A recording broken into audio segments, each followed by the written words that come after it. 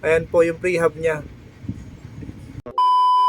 So ayun po, what's up sa inyo mga Kalodi Cakes. Nung nakaraan po ay gumawa po tayo ng video na i-convert po natin yung prehab ni Hasen's Pro na 6 poles 3 teeth dito kay Aerowick na AM 8.6. Ngayon mga Lodi, nailagay naman po natin yung prehab nitong si Hasen's Pro 7 dito kay Aerowick. Ngayon nga lang, ang naging problema po, medyo maganit nga lang po pag iniikot natin. Ngayon mga Lodi, may mga comment po doon o kung pwede pong ilagay yung 3 teeth dito po sa kay Aerowick, kung pwede pong palitan. Ngayon mga Lodi, ito po, tatry po natin. So ito po yun mga idol, si Hasen's Pro 7. Ayan po, na 6 poles. Ayan, tapos ito naman po si Aerowick AM 8.6. Yan, tanggalin lang po natin mga Lodi itong prehab. So ito na po mga Lodi, natanggal na po natin yung end cap. Hilahin lang po natin yung prehab. Ayan. Ito na po yun mga idol, yung prehab ni Aerowick AM 8.6. Ayan po, 6 poles. So ayan po. Tapos ngayon mga Lods, tingnan naman natin itong kay Hasen's Pro 7. Ayan, ito mga idol, madali lang po itong tanggalin, itong end cap ni Hasen's Pro 7. Hindi na po tayo ito gagamit ng mga tools. Hilahin lang po natin yung end cap, kabilaan. Yan.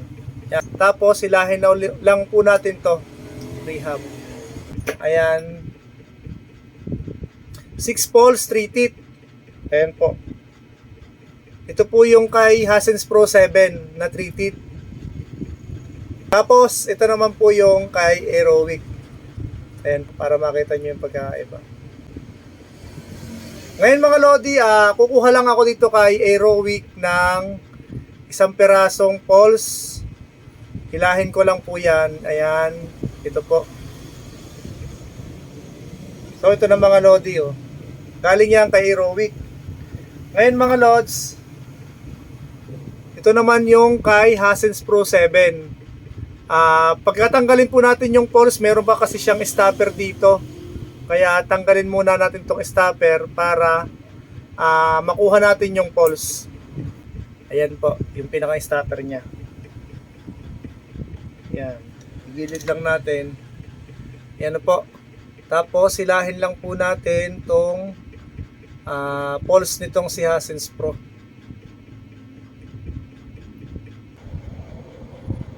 Yan na po mga idol. Ito yung kay Hasen's Pro na 3 teeth. Ayan po. Tapos ito naman po yung kay Aerowick AM 8.6. Ngayon mga Lodi ay isalpak na po natin itong 3 teeth dito kay Aerowick sa prehab ni Aerowick. So ito na mga Lodi yun Ayan, 3 teeth. Sasalpak na po natin. So ayan ang mga Lodi, sasalpak na po natin yung 3 teeth dito sa prehab ni So ayan mga Lods, hindi po siya kasya dito sa prehab ni AM 8.6 na Aerowick. Ayan po, medyo mataba kasi dito yung pinagpapasukan dito sa may prehab. Medyo mataba to, kaya ito naman medyo maliit lang yung ano niya. Hindi na po natin imalalagay mga Lodi dito. Ayan po yung pagkakaiba. Ayan po. Okay, pakita natin. Ayan. Ito po kasi yung kay Aerowick saka po kay Hasen's Pro. Medyo mataba kasi itong poles niya ni Hasen's Pro. Dito, kung i-compare po natin dito kay Aerowick AM 8.6. Saka mga Lodi, kung mapapansin nyo po mga Lodi, yung ayan po yung prehab niya. Mapapansin po natin talaga na mas malaki yung pinaglalagyan talaga dito ni Hasen's Pro. Kung i-compare talaga natin dito kay AM 8.6 na Aerowick.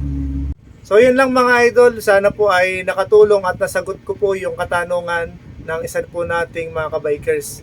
At hanggang dito na lang po yung ating video para sa naman po sa mga nagtatanong kung saan po yung aming shop. Dito lang po kami sa number 31 Central Avenue, Barangay Culiat, Quezon City. Pwede nyo po yung i-search sa Google Map. At sa mga gusto pong mag-order, meron po kami sa online shop. Ayan po, pwede po kayo mag-order. Andyan lang po sa comment section yung link